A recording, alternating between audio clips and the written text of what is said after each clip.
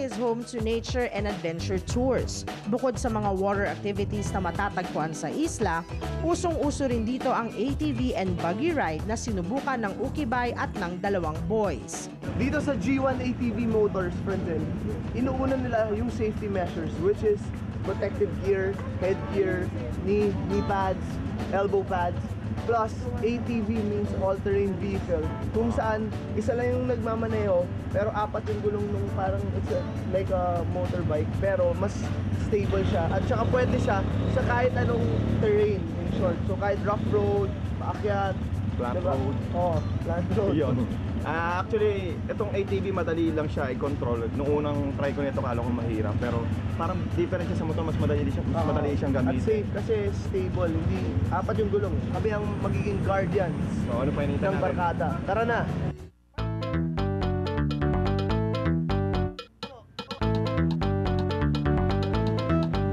Dito, parang mga batang naghahabulan ang magbabarkada.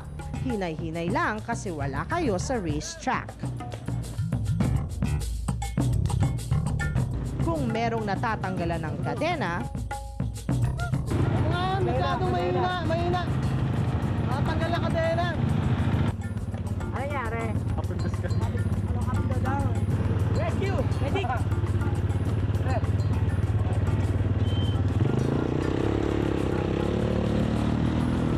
Meron din namang nabahura.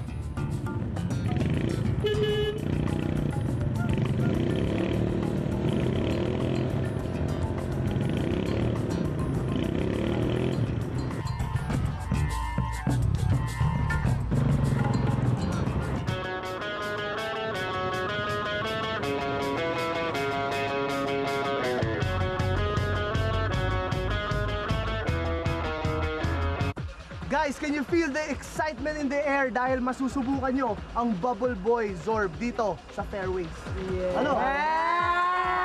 Excited na ako. Actually, mamaya, mas malakas pa dyan ang sigaw nyo. So, sobrang thrill nung Zorb na to. Isa ba?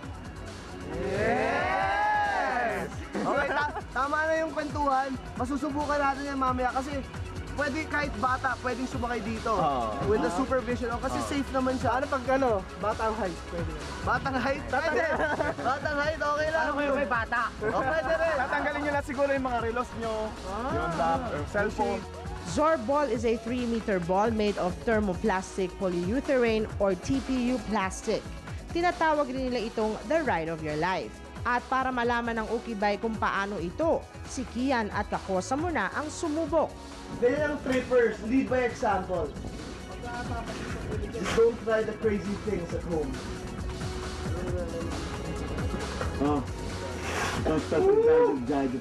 Ito ang special gadget na gagamitin namin. The flip video. Kaya, flip video. Sana, para sa birthday ko, January 26, yung birthday ko.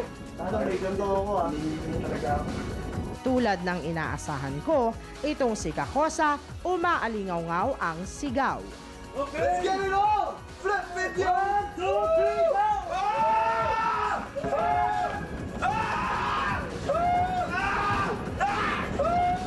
May back up! Masakit ang likod ko! Masakit ang likod ko!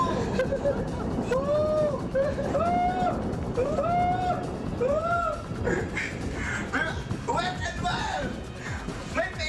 My face is wet! Sa likod! Wow! Hindi ako komportable. Medyo... Brave yourself. Walang kwenta mo. Kaya Sana papaalam na ako sa pamilya. Sigaw kayo dyan!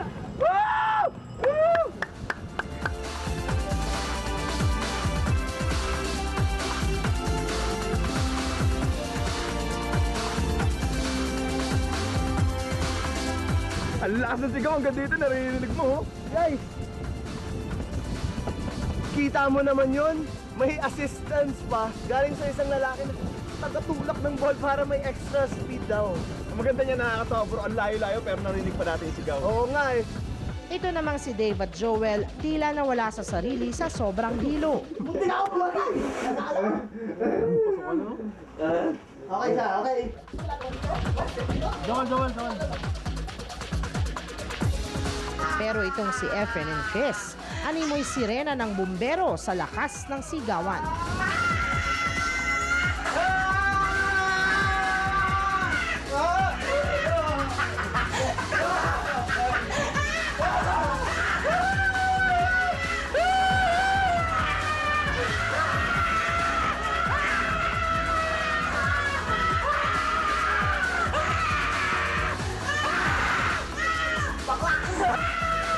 Sarap, sarap!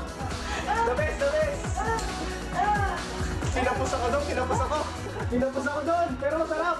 The best, the best! Siyempre, hindi naman kami makakapayag na hindi nila masubukan ang isa pa sa atraksyon dito sa Boracay, ang zipline.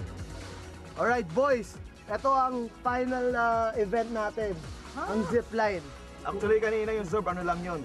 Warm up lang yun. Oo. Appetizer Ito yung isa sa paborito namin ni Franzen at saka mga fellow trippers dahil yung zipline, you'll enjoy the view at the same time, parang Superman ka for a moment. Yes! Ano, yes? Ano?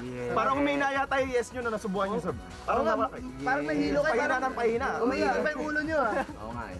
So, ready na kayo try itong zipline? Yes! Okay, we dare you to step up and try this. Let's go! Let's go.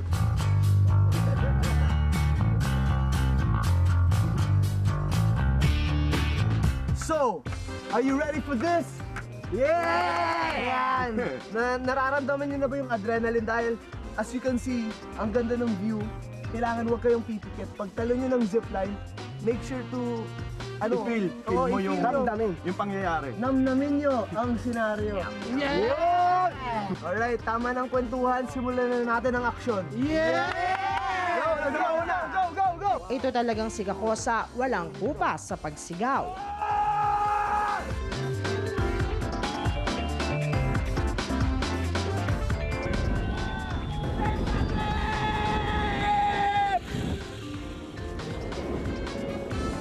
Whenever you're in Boracay, make sure you try the zipline. Kung ako sa inyo, dadalhin ko yung girlfriend ko. Kung may girlfriend man kayo, dalhin nyo, pwede kayong mag-double ride. So, as you can see, my friend Richard on my left-hand side, he's gonna join us. So, tandem, pwede kayong mag-holding hands. Diba? While walking? While Zipping. flying on the zipline. Abak yan. At may nalalaman ka pang holding hands while zipline. Yes! Isa na yun!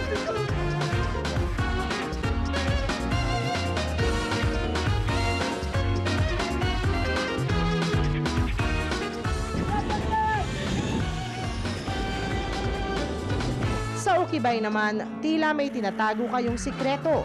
2011 na, pwede na kayong umamin.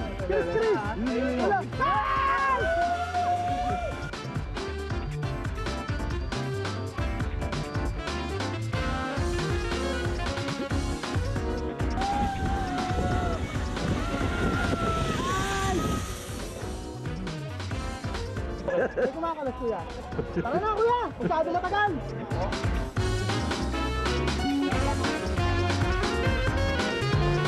Trip na trip!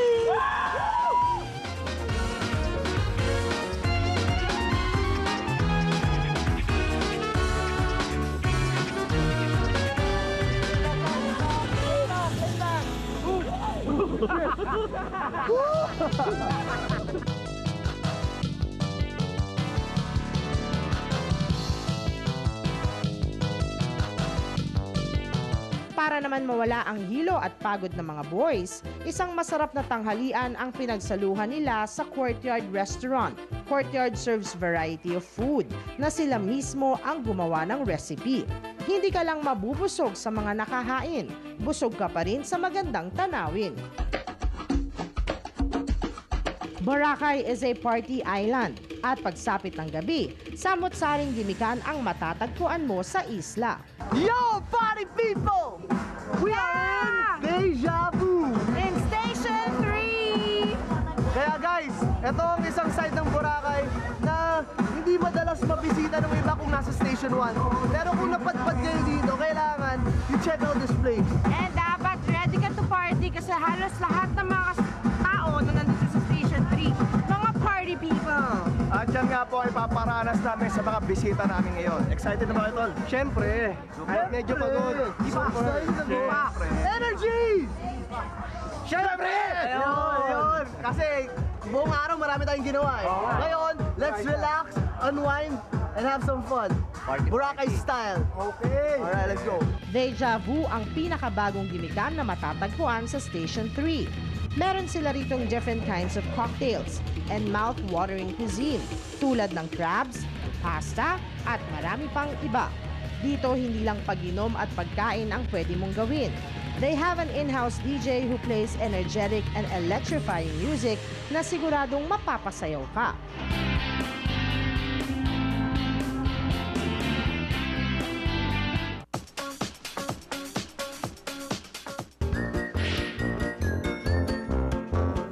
Nandito po tayo ngayon sa Resorts World para panoorin ang most talked about show in the Philippines right now. Ito po yung tinatawag nila na chaos na sinasabi nila, it's like Broadway meets Vegas musical spectacle. So, tignan natin kung ano ang makikita natin sa loob, and I'm sure the kids would love it.